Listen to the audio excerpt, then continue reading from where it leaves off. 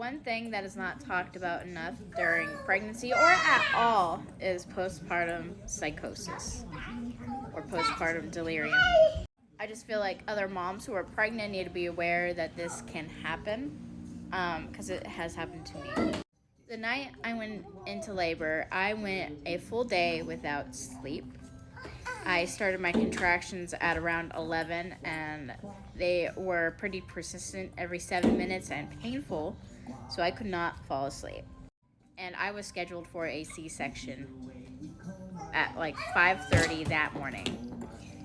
I was sick a couple weeks before that, and I've been stressing about the baby getting sick, and I have also been going through some mental stress on getting my tubes removed because medically I had to.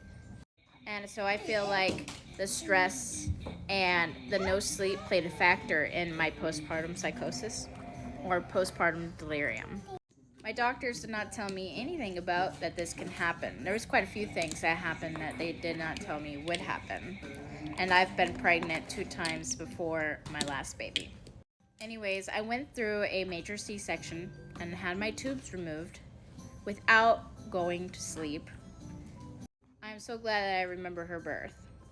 And anyways, I went through that whole day up until probably 6 o'clock at night, and that's where things started going downhill. I almost lose the memory of the last day and a half after I went through that C-section. I was losing a state of reality. I forgot where I was. And this is what my family told me, that luckily I had my husband there to help me. But I was having illusions of things that weren't there, imagining my kids were there, and they weren't there, hearing their voices and seeing things that weren't there. My husband had a video of me half asleep but still awake in this psychosis state, trying to talk, but I'm mumbling and I am saying sentences that are all out of whack, and that just did not look like me. I was totally out of it. The doctors, it got to the point where the doctors had to put a camera in my room because they were worried about what I would do and where I would go. I guess I supposedly tried pulling out my IV. It was bothering me and I wanted to take it out. That's the part that I remember. But it got so bad that they actually discharged my baby exactly on her 24 hours to my husband because they were worried about her being with me. And they were trying to get me to sleep because that's what some of the doctors were figuring, that I needed to sleep. And it was hitting about 5 o'clock in the next morning that I've gone without any sleep. My husband said that the doctors gave me enough medicine to put down 2 full-grown men, and I was not going to sleep.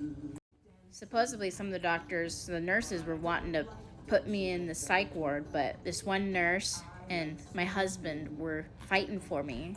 And then eventually I finally fell asleep. Waking up the next morning, I was still kind of out of it, but I was not in the state I was. And then by around the afternoon, I was where I am now, completely aware of everything going on and don't remember anything that happened the day and a half ago. And eventually, a psychiatrist came and talked to me, told me what was happening and if I was aware of what was happening, because they were evaluating me for postpartum psychosis. They prescribed me on some medication to take. Where I am now, I eventually stopped taking it. And then that's where we believe I actually went into delirium, which can happen to elderly people during surgeries and stuff in hospital stays. Because supposedly postpartum psychosis, the big postpartum psychosis, you go into that state and you stay in that state for a couple weeks or longer. And thank God that I came out of it the next day and a half. I came out of it. But this is where the emotional stuff comes in. I had this whole pregnancy plan. I have this whole birth plan planned out. I wanted pictures done. I wanted videos done. I wanted I wanted to experience the whole birthing process as this was my final baby, and I knew that. But it just did not go the way that I planned. And I'm still grieving about that because it really sucked. Luckily, my husband had some pictures done and stuff, but the baby had to be introduced to my kids without me.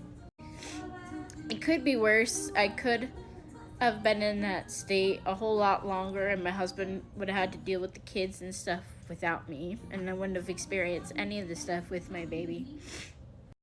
But in the end, this whole video is I just want other moms to be aware that this can happen, and so if they have a loved one with them, to let them know and they be aware as well, to help them go through it and be prepared.